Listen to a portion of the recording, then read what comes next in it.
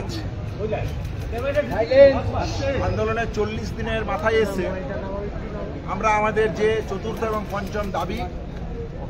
পঞ্চম দফা দাবি ছিল এবং এর পাশাপাশি প্রিন্সিপাল সেক্রেটারির যে অপসারণের দাবি ছিল সেই দাবি নিয়ে আজকে আমরা চিফ সেক্রেটারির নেতৃত্বে যে টিম তৈরি হয়েছিল তার সাথে আমাদের মিটিংয়ের জন্য এসেছিলাম।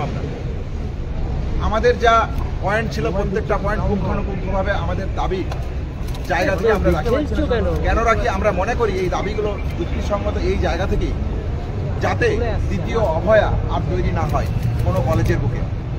এই পরিস্থিতি যেন পশ্চিমবঙ্গের কোনো মেডিকেল কলেজ থেকে শুরু করে যে কোনো কলেজে কখনো পরিলক্ষিত হতে না হয়, সেই জায়গা থেকে, সেই ইম্পর্টেন্সকে, সেই গুরুত্বের জায়গা থেকেই আমরা আজকে এই মিটিংয়ের জন্য এসেছিলাম।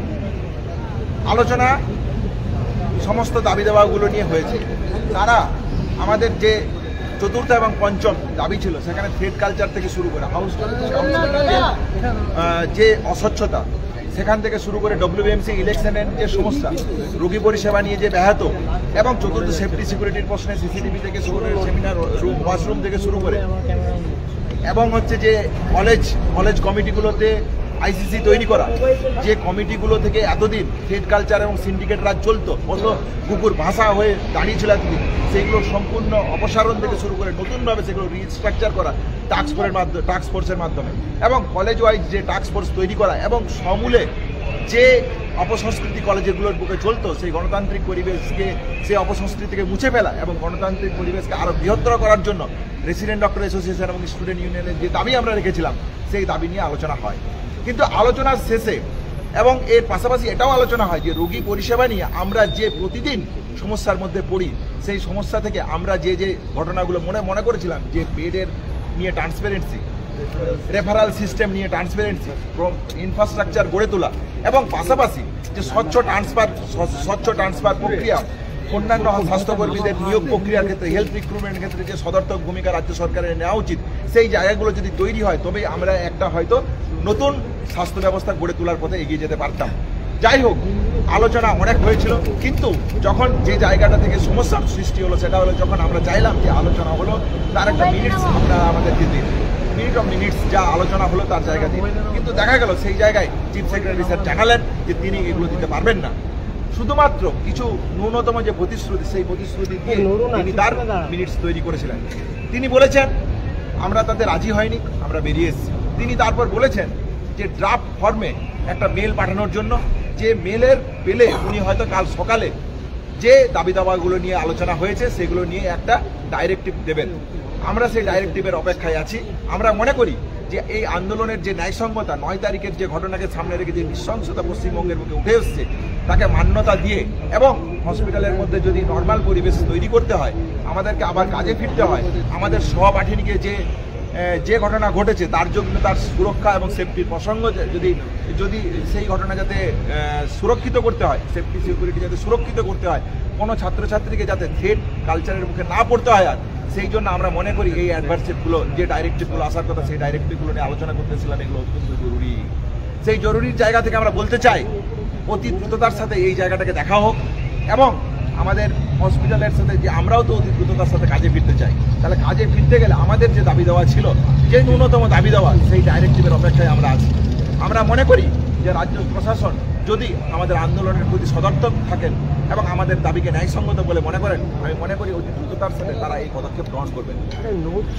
আমাদের কর্মবিরতি এবং অবস্থান বিক্ষোভের প্রশ্নে আমাদের যেভাবে কর্মবিরতি এবং অবস্থান বিক্ষোভ চলছিল সেইভাবেই চলবে। আমরা ডিরেক্টিভের অপেক্ষায় আছি। ডিরেক্টিভ দিলে আমরা আমাদের অবস্থান এবং কর্মবিরতি সম্পর্কে সুনির্দিষ্ট দাবি আপনাদের কাছে। আগামীকাল আপনাদেরকে কোনো বলা হয়েছে? আমরা প্রথম থেকেই এই আলোচনায় বসার সময় স্বচ্ছতা নিয়ে পরিষ্কার কিছু দাবি জানিয়েছিলাম। তা সংবাদ মাধ্যম, সাধারণ জনগণ সবাই দেখেছেন। আমরা বারংবার আলোচনায় বসার সময় যে স্বচ্ছতাকে মেনটেন করতে হবে তার উপর বারংবার জোর দিয়েছিলাম। মাননীয় মুখ্যমন্ত্রীর সঙ্গে যখন আমরা আলোচনায় বসেছিলাম, তার আগে আমরা লাইভ স্ট্রিমিং এর দাবি, যখন লাইভ স্ট্রিমিং এর দাবি মানা না হয় তখন বোথ সাইডের ভিডিও রেকর্ডিং এর দাবি, এমনকি সেটাও যখন সম্ভব নয় বলে ওনারা জানিয়েছিলেন, প্রশাসনের তরফ থেকে জানানো হয়েছিল, তখন আমরা বোথ সাইডের মাইনিউটসের এগ্রিমেন্টের পরেই সেখানে উভয় পক্ষ সম্মতি সহকারে স্বাক্ষর করবেন এবং তার মাধ্যমে আলোচনার সুষ্ঠু সমাধান বেরোবে এই আশা নিয়ে আমরা আগের দিন মাননীয় মুখ্যমন্ত্রীর কাছেও মিটিংয়ে গেছিলাম। আমরা আলোচনায় বসেছিলাম। মাননীয় মুখ্যমন্ত্রী আমাদের প্রত্যেকটি দাবিকে অত্যন্ত সহানুভূতির সঙ্গে শুনেছিলেন এবং আমরা সেই যে স্বচ্ছতার দাবি নিয়ে গেছিলাম সেই রকমভাবেই বোথ সাইডের এগ্রিমেন্টে মাইনুট সাইন করেই সেখান থেকে এসেছিলাম।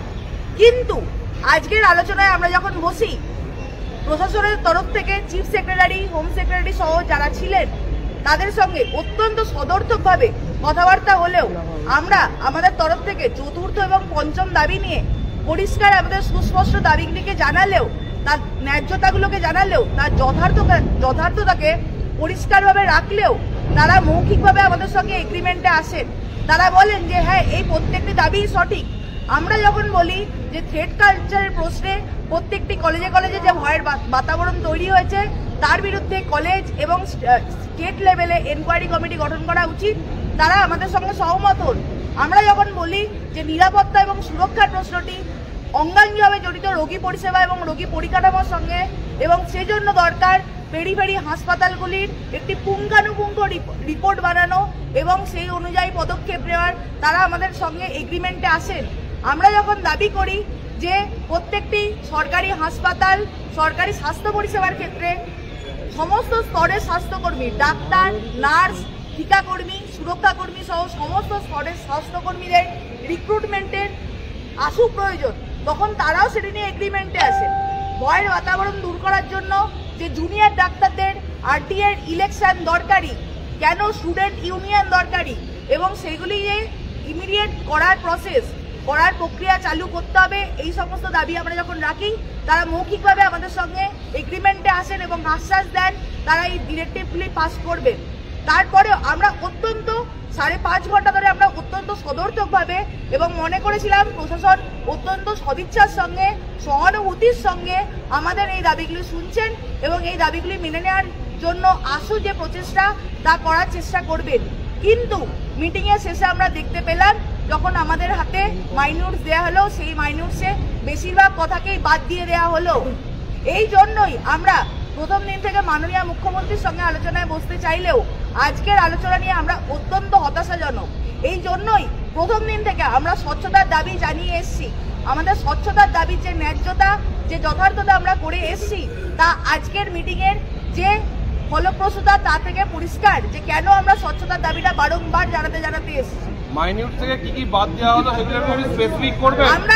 আমরা যখন আগের দিন মাননীয় মুখ্যমন্ত্রীর সঙ্গে আলোচনায় বসেছিলাম, মাননীয় মুখ্যমন্ত্রী সহানুভূতির সঙ্গে আমাদের দাবিগুলো শুনেছিলেন এবং আমরা সত্যি ভেবেছিলাম প্রশাসনের তরফ থেকে, রাজ্য সরকারের তরফ থেকে আমাদের আন্দোলনের দাবিগুলির প্রশ্নে, অভয়া ন্যায় বিচারের প্রশ্নে, আপামর স্বাস্থ্য পরিকাঠামো, আপামর স্বাস্থ্য পরিষেবাকে সংস্কারের প্রশ্নে, ভয়ের বাতাবরণকে দূর করার প্রশ্নে একটি সদর্থক ভূমিকা আছেন।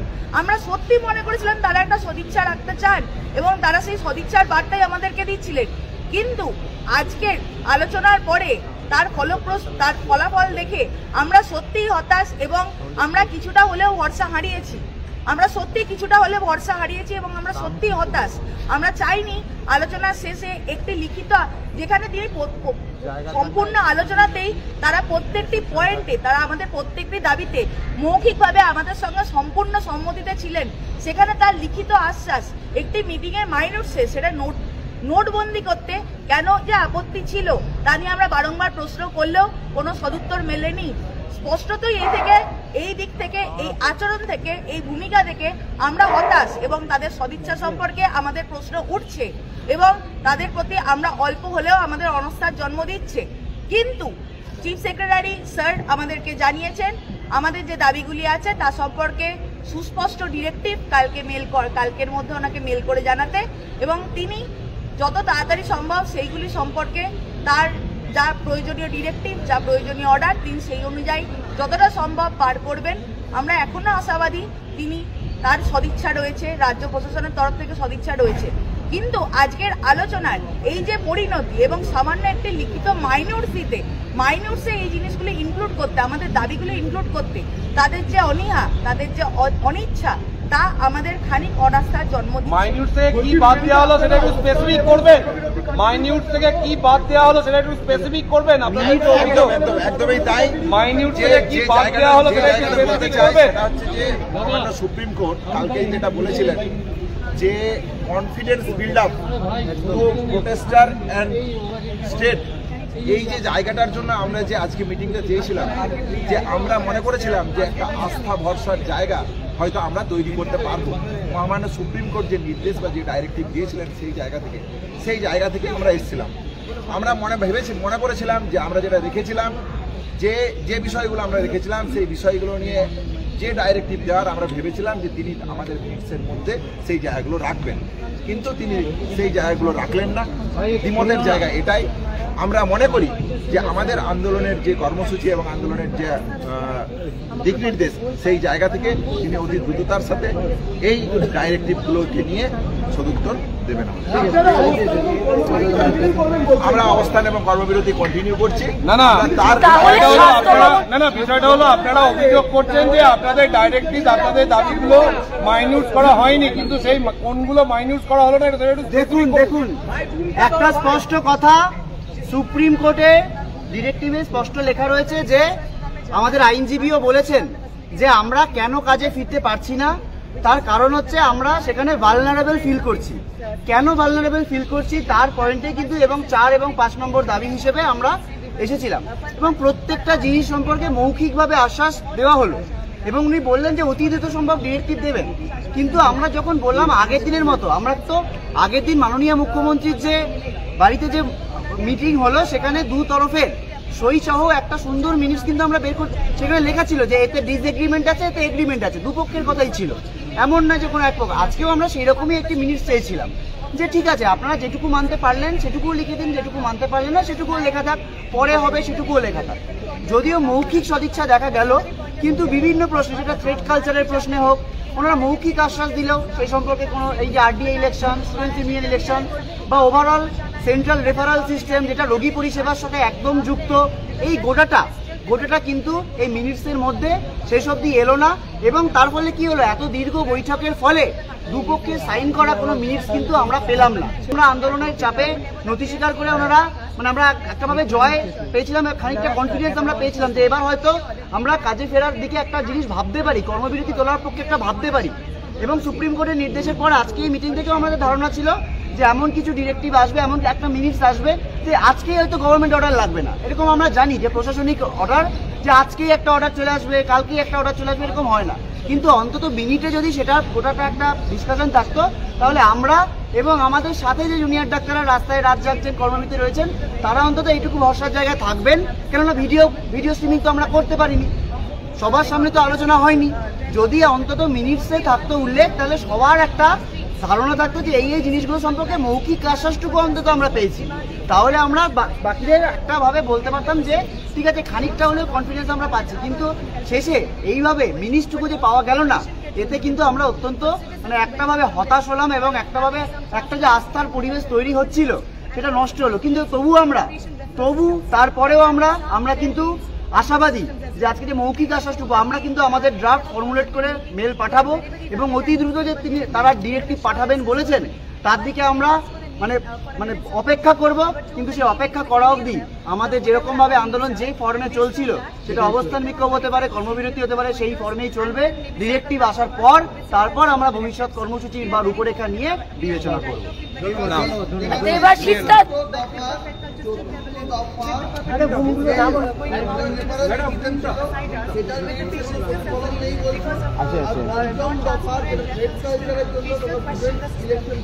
না এরকম আমরা বহু জিনিস নিয়ে আমরা খুব ফর্মুলেটেড ভাবে, ওরকম একটা দুটো বাদ গেছে এরকম নয়, আমরা বহু জিনিস নিয়ে আলোচনা করেছিলাম।